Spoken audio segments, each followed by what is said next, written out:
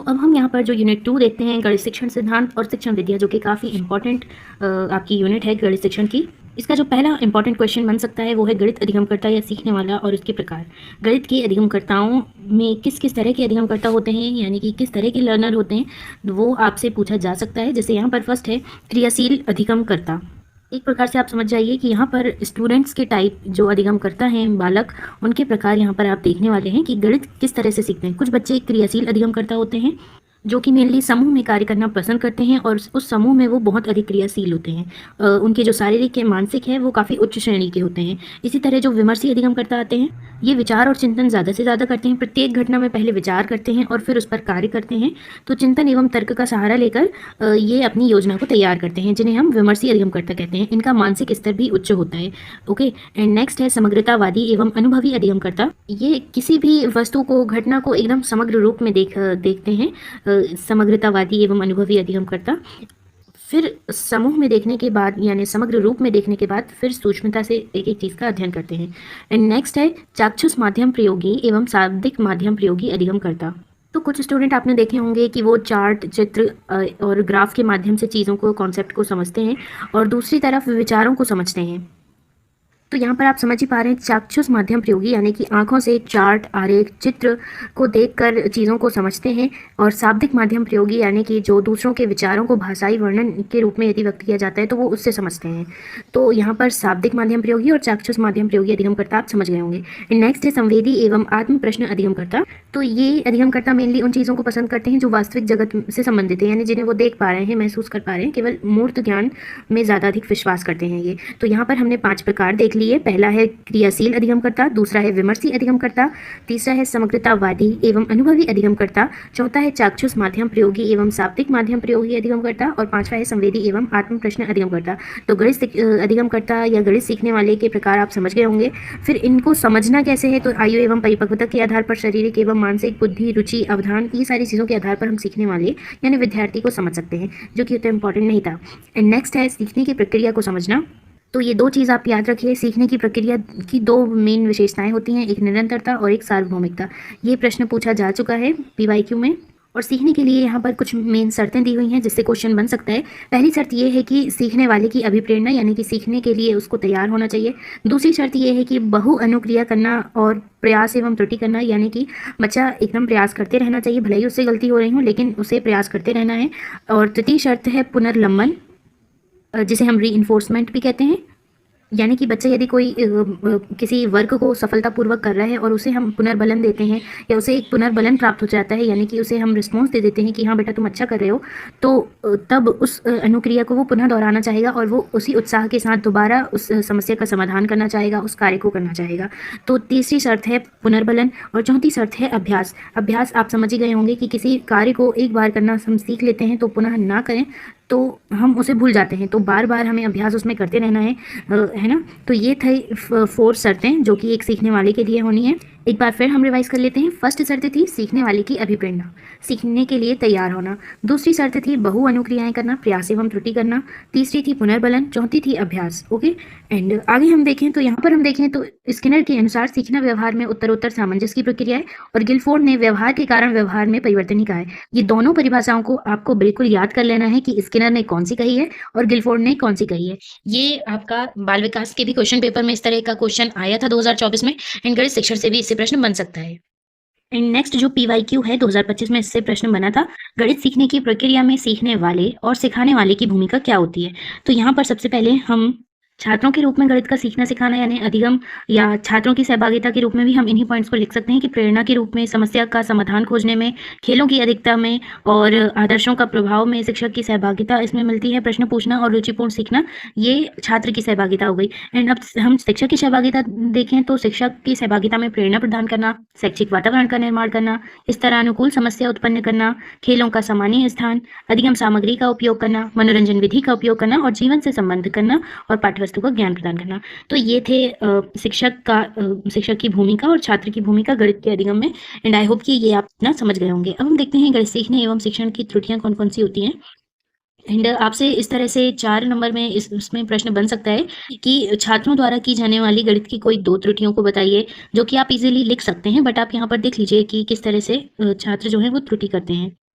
तो यहाँ पर आप इसे नोट कर लीजिए कि बालक गणित में लिखित कार्य में 2 तरह की त्रुटि करते हैं, एक सामूहिक त्रुटि और एक व्यक्तिगत त्रुटि। सामूहिक गलतियों में सामूहिक त्रुटियाँ क्या होती हैं? मतलब जो कक्षा के अधिकांश छात्रों द्वारा गलतियाँ होती हैं गणित के लिखित कार्य में, उसे हम सामूहिक त्रुटियाँ कहते हैं।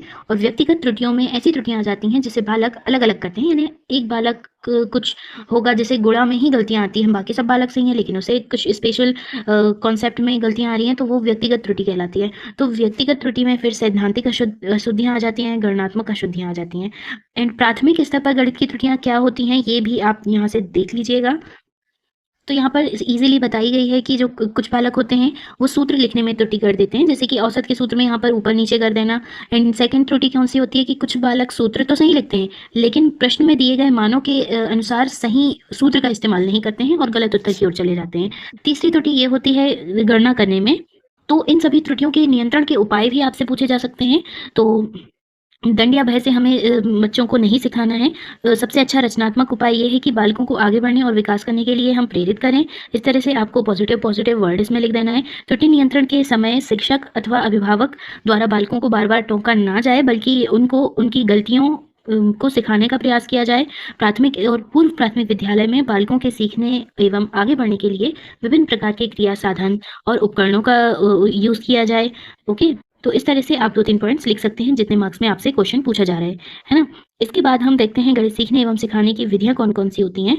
तो यहाँ पर इन पॉइंट्स में दिया गया है कि शिक्षक द्वारा क्रियाएं जिसमें प्रेरणा देना शामिल है, समस्या प्रस्तुत करना, उदाहरण देना, छात्रों की क्रिया को दिशा देना, परख का प्रयोग करना, बल्कि छात्रों की क्रियाओं में प्रेरित होना, निरीक्षण करना, पुराने अनुभव का रिकॉल करना यानी याद करना, ध्यान से सुनना, पाठ्य वस्तु का ज्ञान करना और निष्कर्ष निकालना। बस इसमें इतना ही इंपॉर्टेंट था, ये टॉपिक उतना इंपॉर्टेंट नहीं है, बस आप इसे ध्यान में रखिए।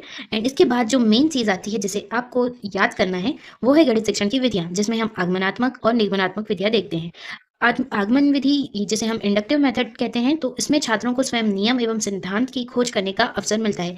यानी कि शिक्षक जो है वो छात्रों के समक्ष एक ही प्रकार की अनेक समस्याएं रखता है और इस विधि का प्रयोग से छात्र विशेष उदाहरणों के आधार पर सत्य की खोज करते हैं। यानी कि जो आगमन विधि है, तो इसमें आप याद रखिए कि उदाहरणों से नियम की ओर इसमें जाया जाता है। शिक्षक जो है वो छात्रों के समक्ष विभिन्न उदाहरण प्रस्तुत करेगा, विभिन्न समस्याओं को प्रस्तुत करेगा, फिर उन उदाहरणों के माध्यम से छात्र जो है वो नियम तक पहुंचेंगे। इसे हम इंडक्टिव मेथड कहते हैं।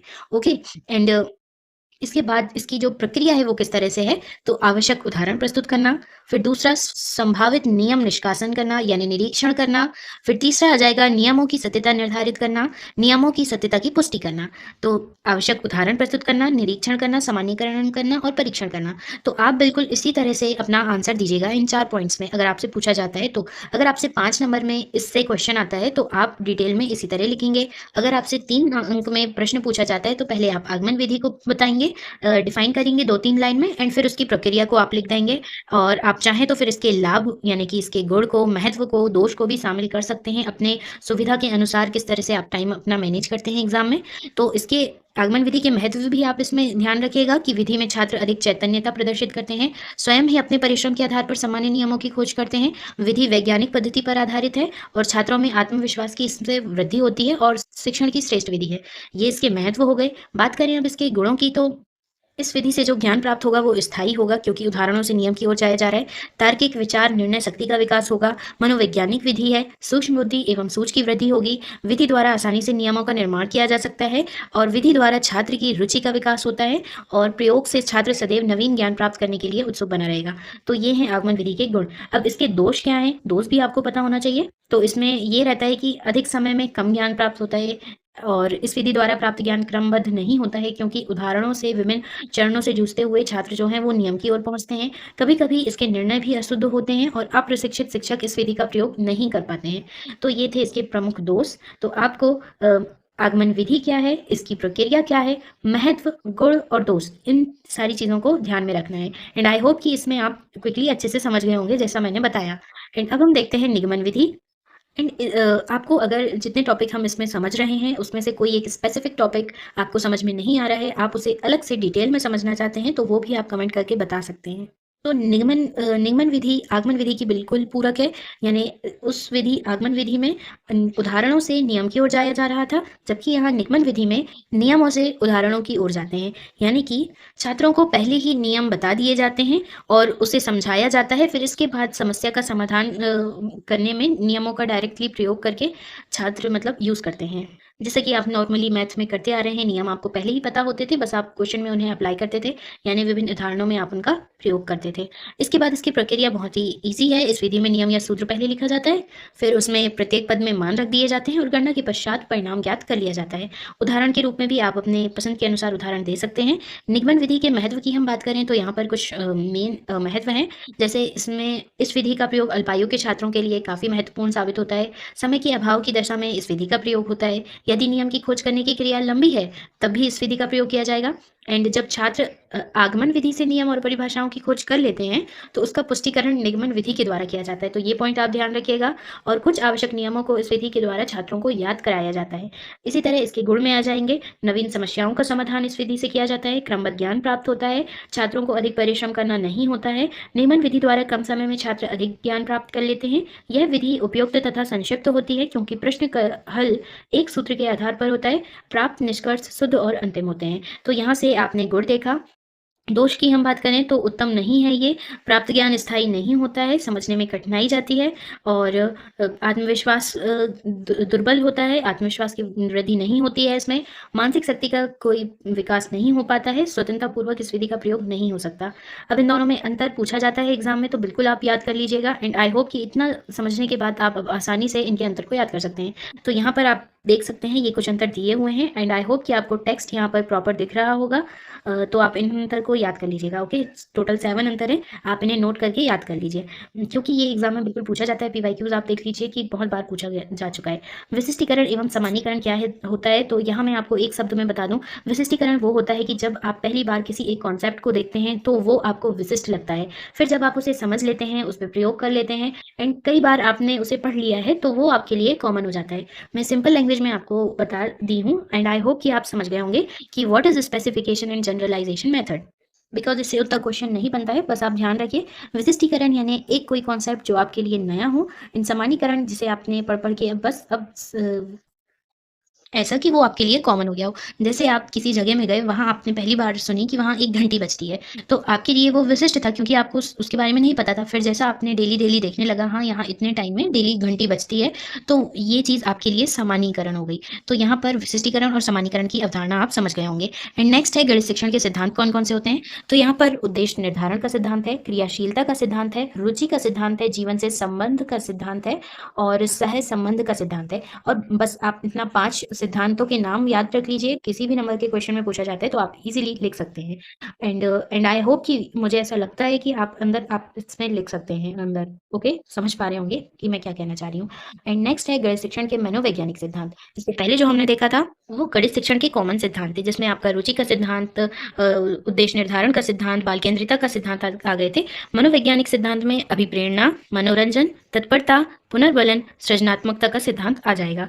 इसके बाद स्कैम्प का गणित अधिगम का सिद्धांत, ये आज तक पूछा नहीं गया है, तो इसमें इन्होंने यही बताया है कि छात्रों को अपने आधार पर नियमों को या गणित का ज्ञान नहीं प्रदान करना है, बल्कि उनको खुद चॉइस करने के लिए मिलना चाहिए कि उन्हें क्या सीखना है गणित में, और उन्हें स्वतंत्र वातावरण में खेल में शिक्षा प्रदान करनी चाहिए जिससे उनकी योग्यता का विकास हो।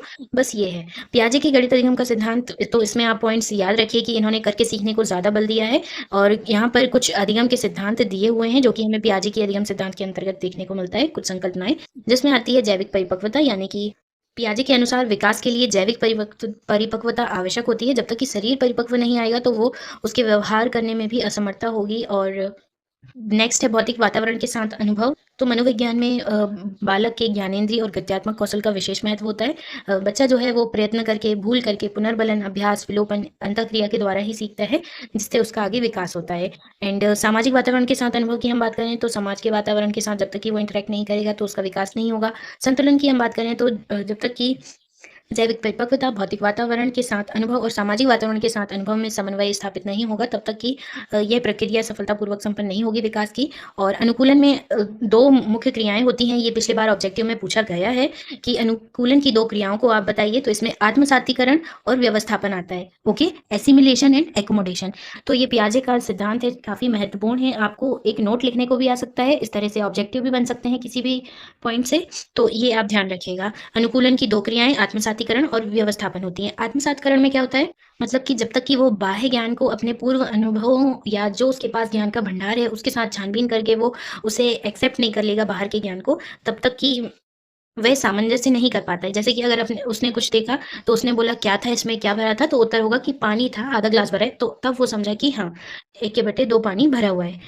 एंड व्यवस्थापन क्या है कि उसने पहले जो सीखा था, उसका जो पूर्व अनुभव था, उसमें कुछ मतलब कि जो उसके पूर्व अनुभव था, मतलब जैसे यहाँ पर उदाहरण भी दिया हुआ है कि एक जो बालक है वो 9 अंक को 5 एवं 7 से कुछ मिलता-जुलता समझ रहा है उनकी आकृति के कारण।